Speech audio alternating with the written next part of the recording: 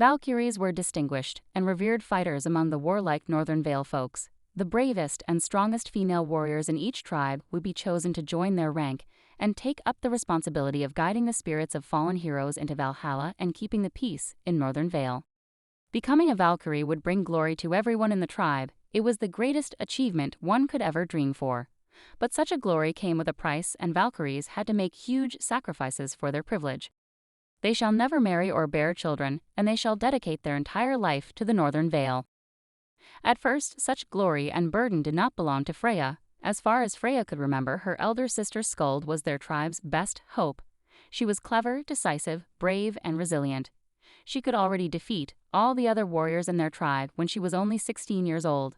The high priest of the Martyr Shrine foresaw the future in a prophecy.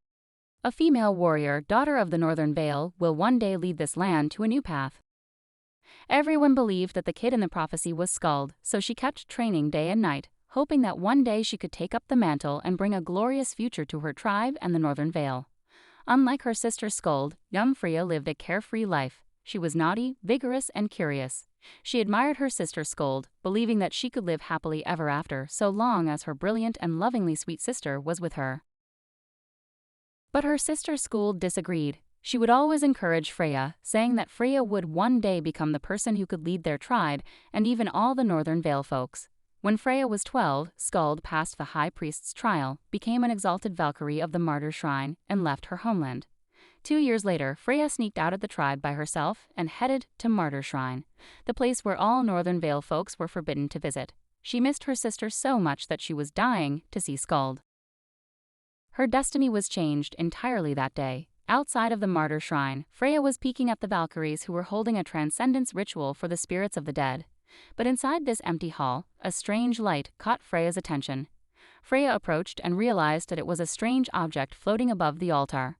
Its radiance encircled itself, like a giant light orb. It felt like there was a wonderful dreamland hidden in its light, calling Freya to come. Propelled by this mysterious force, Freya was unknowingly drawn to it, and reached out to touch the light orb floating above the altar. Suddenly, an immense amount of energy raged inside the orb, then broke free from the seal of the altar, rising straight toward the sky. What Freya didn't know was that this orb, Heart of Aurora, was actually an ancient relic kept and worshipped by the Northern Vale for the past hundreds of years. But it also had another secret identity. It was the legendary Apocalypse Shard. After Freya accidentally touched it, the immense energy once contained within the Heart of Aurora got out of control and started to grow ever stronger.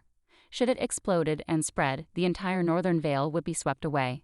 This anomaly startled the priests and Valkyries outside.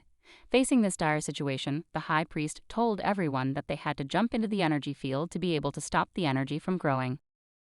Just as Freya was shocked and frozen by this terrible scene, a familiar and gentle figure appeared and hugged her from behind.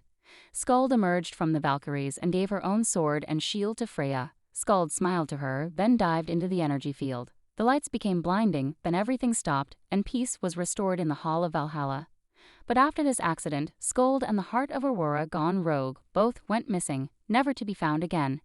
Freya was in deep sorrow. She blamed herself for this tragedy. The old high priest approached and caressed her forehead. He told Freya that Skuld had always had high hopes for her sister. She believed that Freya was the chosen one. She believed that Freya could lead Northern Vale to a different path. Devastated by the sense of guilt, Freya took up her sister's sword and shield along with her faith on her, and walked into the endless dark night. After years of training and extraordinary efforts, Freya finally became a Valkyrie at the age of 20. She returned to the Martyr Shrine, took up her sister's mantle, and kept watch for Northern Vale.